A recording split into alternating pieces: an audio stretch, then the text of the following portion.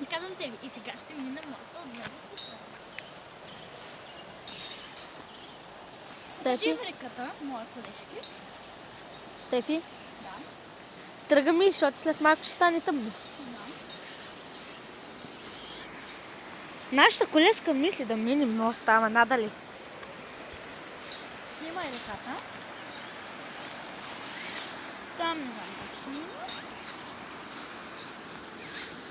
Давай. Това е много високо. Кажи ми пак. Гледай да ти го дадат на телефона. Не показвай човек! Страх ли те? Да. Да не го гътна. За телефона ми е много малко. И за мен също. Става много малко. Ти, момиче, се справи ли докато мине там? Докато стигне. Докато стигнеш, ще... Никога не съм минавала моста. Габито го мина. Ай, на тръбата иди. А, не. Габито ли? Габито тя го минава. Бог да я прости. Да. Не знам колко пъти, дори се е качвала на желязото. Тук. Да. И си е пускала краката я усети. А, ти вече не го знам. Защото аз никога не го знам. Да спусна и ръцете надолу да висят. Тя един път го направи само. Само един път, да. Сложила се тук краката и спусна ръцете. Човек, айди!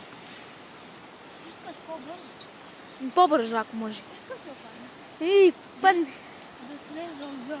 Да скочиш. То не е много високо. И направо се убиваш камъници.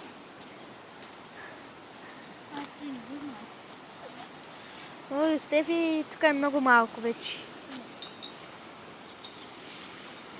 А, ти се хващаш?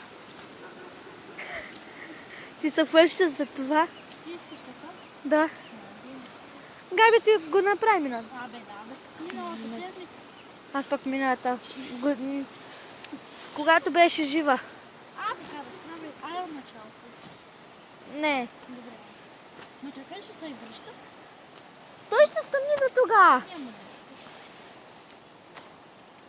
да. И там скачаш. Не. А, давай. И това беше всичко за вас.